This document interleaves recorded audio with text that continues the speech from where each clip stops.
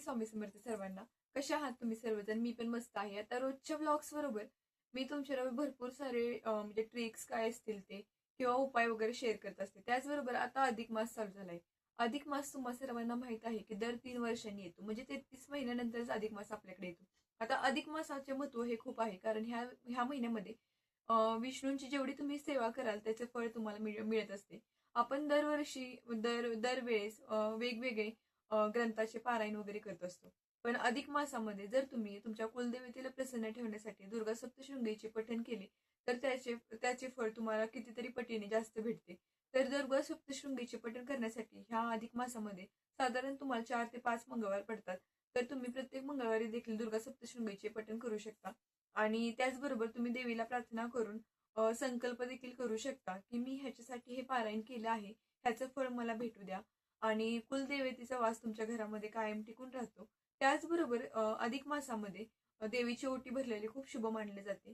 कारण ह्या महिन्यामध्ये देवीची ओटी भरल्यानंतर आपल्याला सुख समृद्धी धनधान्य याची नेहमी नेहमी फळ भेटत असते. त्यासाठी आपण काय करायचे माहितीये का? ओटी तर आपण भरत असतो, पण ती कशा प्रकारे भरावी, ओटीच्या मध्ये काय काय साहित्य घ्यावे हे आपल्याला माहित नसतं. तर त्यासाठी आपण ओटीसाठी एक ताट घ्यायचं आहे. ताटामध्ये कोणतीही सुती साडी तुम्ही घेऊ शकता नवीन. त्याच्यावर एक खण ठेवायचा आहे. खणावर तांदूळ ठेवायचे आहेत आणि तांदळावर एक नारळ ठेवायचा आहे. श्रीफळ हे प्रत्येक ओटीमध्ये महत्वाचं असतं, त्यामुळे हे ठेवायला आपण विसरायचं नाहीये.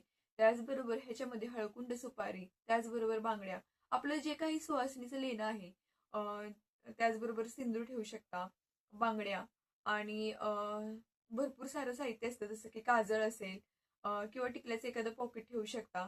आणि दक्षिणा तुमच्या सोयीच्छेने 11-21 रुपयाची तुम्ही ठेवू शकता. अक्षता ठेवायच्या आहेत आणि हळदी कुंकू ठेवायचं आहे.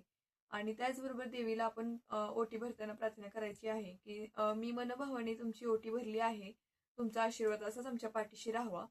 आणि त्याचबरोबर ह्या अधिक मासामध्ये भरपूर सारे उपाय केले जातात. त्यामधीलच एक म्हणजे ह्या ह्या महिन्यामध्ये भरपूर सुवासिनी आपली जोडवी बदलत असतात. कारण चांदी हे चंद्राचे म्हणजे प्रतीक मानलं जातं आणि चांदीमध्ये उष्णता कमी करण्याचे भरपूर सारे घटक असतात. त्यामुळे ह्या महिन्यामध्ये जोडवी बदलली जातात. आता अगोदरच्या काळामध्ये 2 जोडवी एका बोटामध्ये घालत घालत होते सुवासिनी.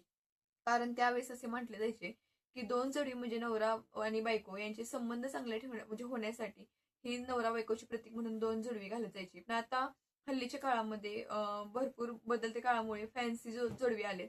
तर सिंगल जोडवी देखील तुम्ही घालू शकता. कारण चांदीचा थेट संपर्क आपल्या शरीराशी असतो आणि थायरॉइडचा जा म्हणजे आपल्याला थायरॉइड वगैरे आता हल्लीच्या काळामध्ये वाढतोय.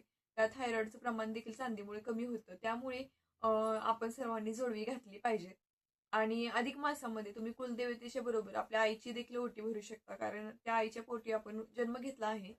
त्यामुळे आपण आईची देखील ओटी भरणे गरजेचं आहे. जसं तुम्हाला मी देवीची ओटी सांगितली आहे, त्याचप्रमाणे तुम्ही आईची देखील ओटी भरू शकता. तर असं काही महत्व आहे अधिक मासाचं. त्याचबरोबर अखंड लक्ष्मी प्राप्तीसाठी तुम्ही घरामध्ये अखंड दिवा लावू शकता. हा दिवा प्रज्वलितामुळे तुम्हाला भरपूर सारे फळ मिळेल. आता दिवा तुम्ही तुपाचा देखील लावू शकता, नाहीतर घरातील आपल्या रोजच्या खाण्यामध्ये जे गोड तेल असतं त्याचं देखील लावू शकता.